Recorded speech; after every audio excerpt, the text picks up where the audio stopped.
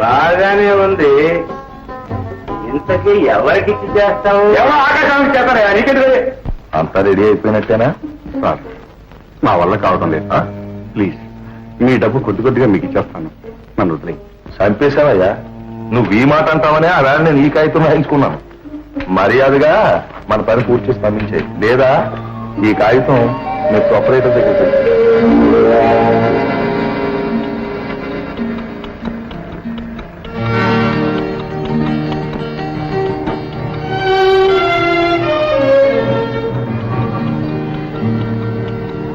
ఏమిటండి ఒక సంతకానికి ఎంత లేటు?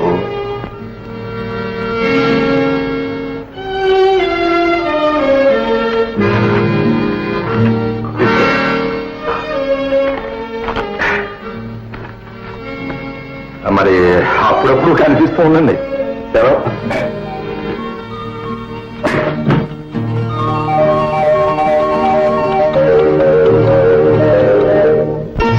సత్యం, నువ్వు నా ఫ్యాక్టరీకి వచ్చి ఎన్నేళ్ళు అయింది? 12 ఏళ్ళు అయినాయి. ఈ 12 ఏళ్లలో కారణం లేకుండా ఎప్పుడైనా నేను తిట్టానా? లేదండి. ఎందుకని? నువ్వు నిజాయితీగా ఉంటావని. అవునా? అవునండి. నేను జీవితంలో వీటిని ఎక్కువ ఇష్టపడతానో తెలుసా? నీతిని, నిజాయితీని. అవి నీ దగ్గర ఉన్నాయా?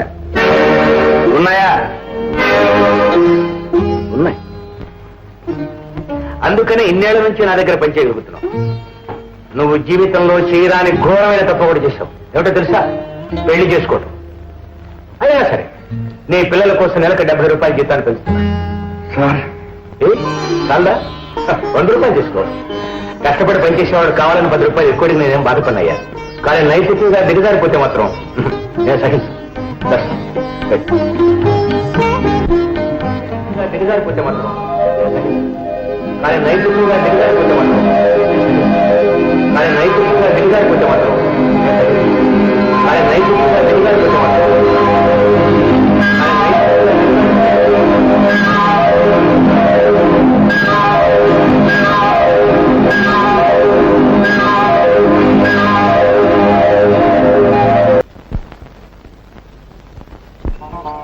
ఖాన్ సాబ్. సత్యం భాయ్. ఖాన్ సాబ్, నిజంగా నువ్వు మనిషివా దేవుడు? దేవుణ్ణి అయితే కొండ మీద కూర్చున్నా, వడ్డీ తీసుకున్నా కాలు దగ్గరకు వచ్చేవాడు. మనిషిని కాబట్టి ఇప్పుడు మీ కాలు చుట్టూ తిరుగుతున్నాను. రా భాయ్, జరా మాట్లాడాలి నీతో.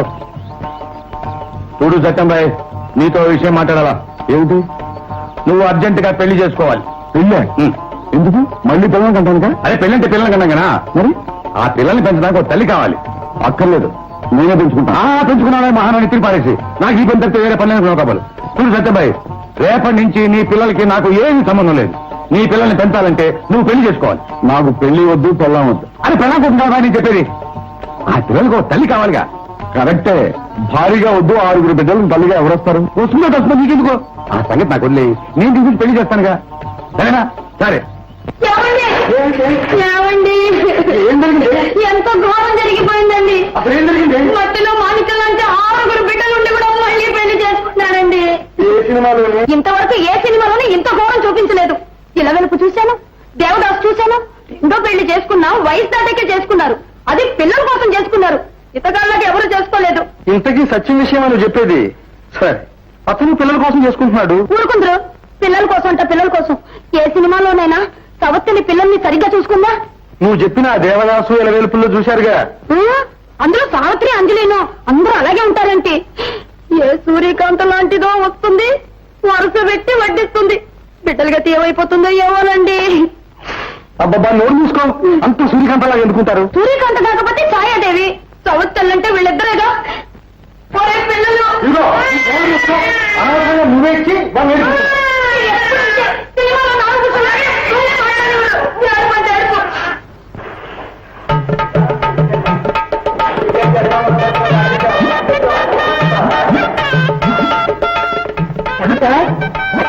వచ్చింది.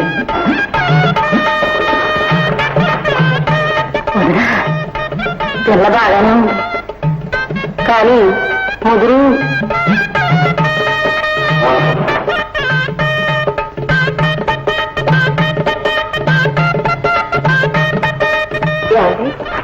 పిల్లలేది? పడుకోవడానికి బహుశా పార్కు పోయి ఉంటారు. నేను తీసుకొస్తాను. నేను వచ్చేలోగా కొంచెం టీ పెట్టి తెలుసు.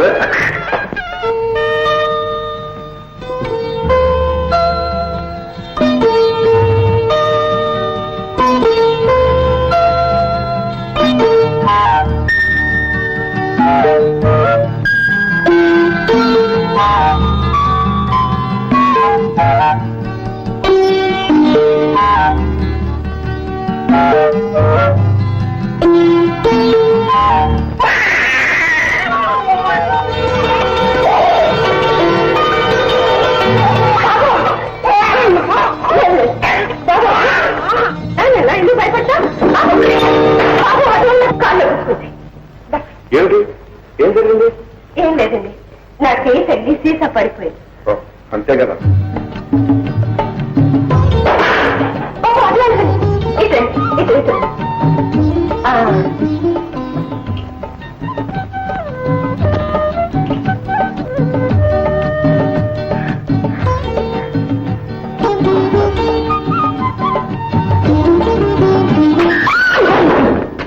అబ్బా, హడగొట్టేశారండి బీపాల్ బతుల లాగా.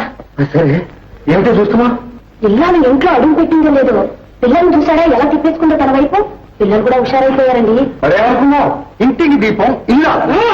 ఇల్లాలు అత్తగారుంటే తెలిసేది ఆ కొత్త కోడల సంగతి.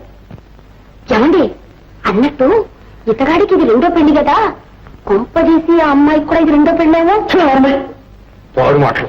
వాడు మాటలు కాదండి, అన్నా సినిమాలో షమ్మీ కపూర్ హేమమ్మల్ని కూడా ఇలా అబ్బబ్బబ్బబ్బబ్బా నోరు ఇప్పితే కాదు విరుచుకు పడతారు రాజనాలాగా.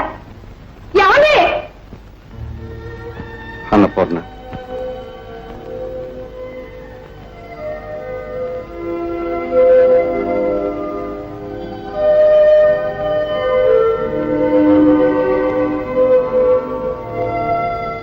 నీకు చాలా అన్యాయం చేస్తున్నాను కదా.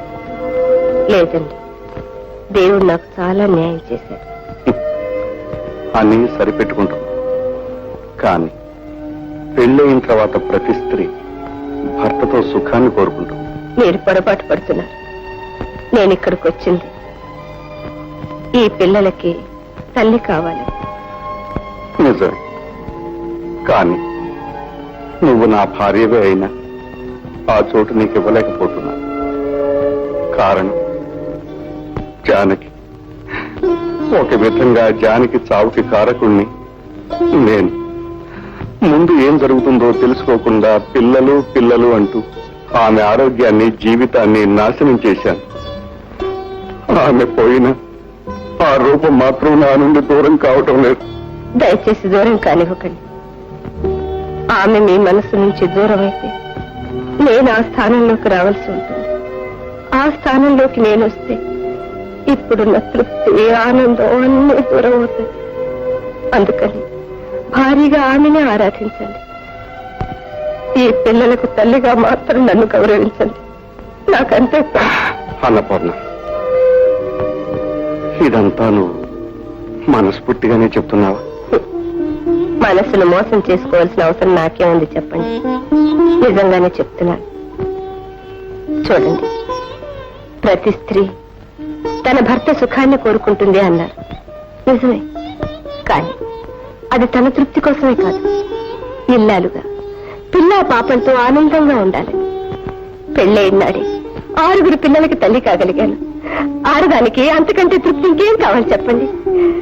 ఈ 6 కష్టపడి చదివించి పైకి తీసుకురాగలిగితే మనకంటే అదృష్టవంతులు ఇంకెవ్వరూ ఉండరండి. అదే మన దురదృష్టం. 6 పెంచడమే కష్టం అవుతుంటే చదివించడం కూడానా? ఎందుకండి కష్టం? మీరు ఉద్యోగం చేస్తున్నారు, నేను చదువుకున్నాను, మళ్ళీ ఉద్యోగం చేస్తాను. నేను ఎప్పుడు వెళ్ళినా నా టీచర్ ఉద్యోగం నాకు ఉండనే ఉంది. మన ఇద్దరం కలిసి సంపాదిస్తే పిల్లలకి ఇంకేం కావాలండి? నిజమే, కానీ ఆడవాళ్ళు ఉద్యోగం చేయటం నాకు ఇష్టం ఉండదు. మీకిష్టం కానిది ఏది చెయ్యనండి. రాజా, రామా స్వామి రండి. గుజ్జులు రామా, కాఫీ కాఫీ తీసుకో. పడేస్తా నెమ్మదిగా.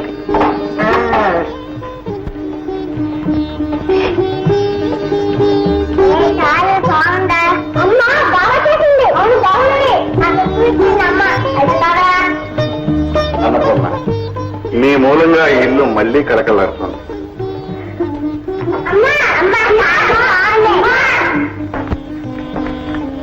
నా జీవితంలో ఆనందంగా ఉన్న రోజు ఇదేనండి. దానికి కారణం నా పిల్లలు. అప్పులిచ్చిన వాళ్ళు నిన్ను ఎత్తుక్కుంటూ వస్తారు. రోజు వస్తూనే ఉన్నారుగా అవును, కాబోలి వాడి దగ్గర నువ్వు అప్పు చేశావు. వాడు నీ కోసం రోజు తిరుగుతూనే ఉన్నాడు. అవును తల్లి, తీరుతుందా? తీరుతుందా అంటే తీరుతుంది. ఎలా తీరుతుంది తల్లి?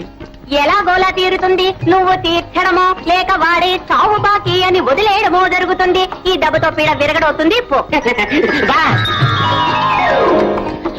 కాబోలి డబ్బులు ఎక్కడ? ఏందయ్యా నువ్వా? కాబోలి రావట్లే బావా, చచ్చిపోయాడు. మళ్ళీ చెప్పు. చచ్చిపోయాడు. చచ్చిపోయాడా? అవును. నేను చెప్పానుగా వాడి పీడ విరగడవుతుందని. అమ్మా నీ వాకు వేద వాక్కు తల్లి. పదరా. ఎక్కడి బావా? వాడి మొహం బ్రతకుండగా చూడలేకపోయింది. సత్యకైనా వాడి మొహం పెట్టి చూస్తాను. పదరా. అంతే బా. బాబు తప్పకుండా నా కళ్ళతో కాస్త చూసుకొని ఉండే నాయన. ఉండరా